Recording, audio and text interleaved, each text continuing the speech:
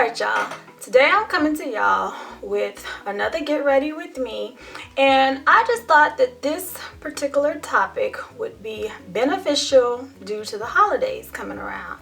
And this Get Ready With Me is how to deal or live with your in-laws. You know, once you get married, you inherit a whole nother family, you feel me? I'm gonna go ahead and put this disclaimer out there. I know some of my sister-in-laws watch my channel and some of my brother-in-laws as well. And what I want to say is, don't take this personal, because it ain't. It's the truth, it's real, and that's the only story I know how to tell, so I'm gonna get started.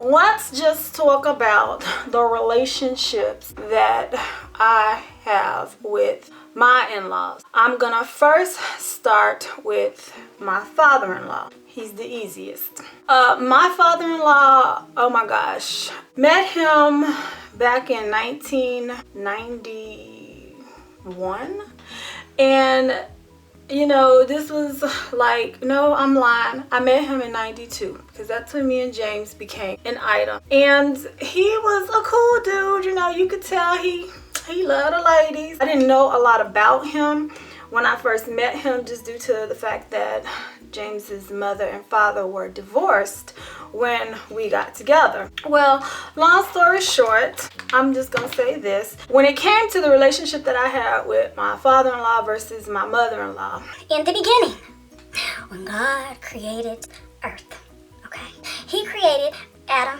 and Eve. Now, it's just funny how Adam seems to always get along when it comes to the ladies. Okay, Eve, on the second hand, I guess because we share estrogen, it's just like the world shifts when you marry somebody's son. Yeah, it shifts. And the reason it shifts is, I'm just going to say this, maybe for the simple fact, some mothers just don't know how to let go. My mother-in-law, we got along great when I was the girlfriend. And when I became the wife, another story. That's all. A whole nother story. And I think I got along better with her as the girlfriend versus becoming the wife. And I can't tell you why, because I'm not a mother of a boy. However, I just know that when Jasmine and Jada do get some husbands, you know, I'm not gonna be that mother-in-law from hell, because I know how that shit feels, and it's not a good feeling, okay? Before I jump into some of the hardships that I've had with my mother-in-law and father-in-law, I'm just gonna update y'all on this. My husband, y'all already know, James had a struggle when it came to, you know, getting approval from my mama. And it's basically, you know, she really did help set the foundation for our relationship, because she just was making him work to be with me. It's like, if you want to be with her, you're gonna have to put in some work, buddy. You know, I can honestly say, you know, it worked in our favor that, you know, he did put in that work. And so my mom and James, they started off rocky. However, you know, it did get better with time. And I mean, my mama to this day, honey, you don't say nothing about James. Don't. She will come for you like as if she gave birth, okay? And she loves him. She loves him. She loves our relationship. And honestly, I can say my father-in-law, he loves the relationship that me and his son has too. And like I said, we've all had growing pains when it first came to everybody getting to know each other. It was not peaches and cream. As far as my sister-in-laws are concerned, I got along with them well when we all first, like, you know, met during the dating process. Honestly, you know, at one point while we were married early on, you know, I used to really have like great conversations and great relationships with them, until, like I said, them hardships, when the shit just go left, okay? And you don't know how to make it right again, because it's like, if somebody betrays your trust, or, you know, just treat you shitty, it's like, it's kind of hard to get over shit like that. And I'm keeping it on the 100. We kind of strayed away from each other for a while, and like we are like really, if I'm gonna be honest, really like within the past 3 to 4 years, we all have like started rebuilding relationships. And I'm gonna tell y'all, this is when I'm gonna jump into them hardships. My mother-in-law, oh my gosh, I think like she did way more damage than she probably will admit to when it comes to relationships with my sister-in-laws and brother-in-laws and stuff like that. She had no effect on my youngest brother-in-law because my husband and his younger brother have different mothers. She had no influence on that relationship because the younger brother, which is Jamelin, he loves James to death. And he loves me. He loves me. I can honestly say that. I think my youngest brother-in-law and his wife, Ebony, I think they love us genuinely, okay? They love us so much that literally they are almost mirroring like our young marriage, our young relationship. They still going through some growing pains, and I pray that they figure it out. And the biggest thing that I'm always trying to preach to them when it comes to figuring it out is you cannot, I repeat, You cannot allow your in-laws, your mama, your daddy, your sister, your brother, your in-laws, period, to have any type of influence or say on your marriage. Because when you start allowing privileges like that, people tend to think they're entitled to have an opinion or to have say on your relationship. And honey, I'm gonna go on and tell y'all from day one. This Mrs. Long, me. Nobody else, me. Okay? I wasn't about that life. And I'm gonna tell y'all, one of the things my mother-in-law did, and she had to learn real quick, and no disrespect, but like I said, if I'm gonna share, I gotta share the ugly too, because you know what, it ain't always peaches and cream. He went to basic training, and while he was in basic training, his mother wrote him. His mother wrote him a letter, and, you know, it was all gravy, the whole letter. And I ain't gonna lie, y'all, to this day, I still got that letter. So I'm gonna tell y'all, I ain't lying, and if I ever get called out on it, I got proof to pull it out, okay? She, in this letter, she told him, you know, how proud she was of him, you know, to have made the decision to go to the military and, you know, to take care of his family and all of this. Now, it wasn't a whole lot said about, you know, his new journey as far as him being a husband or anything like that.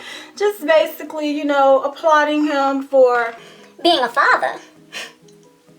Being a father. Now, that was a little shade right there. and stepping up to the plate and, you know, taking care of his family and stuff.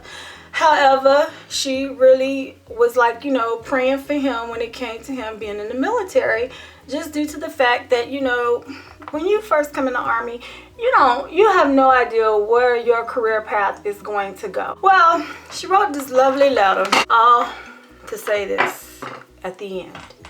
XOXO, love always and forever, Mom.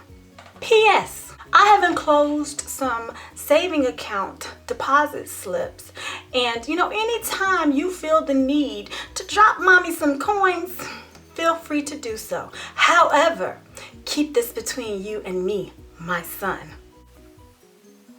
Really? Like, did she really just say, keep this between me and you, my son? Like, she ain't in the marriage. Like, last time I checked, standing at the altar, talking to the pastor with all these witnesses in front of God. Last time I checked, I think it was me and Stephanie, James and Stephanie. It didn't say James, Stephanie, Geneva, James Sr., May Rose, Joe Jackson. No, it didn't say shit like that. It said James and Stephanie, okay?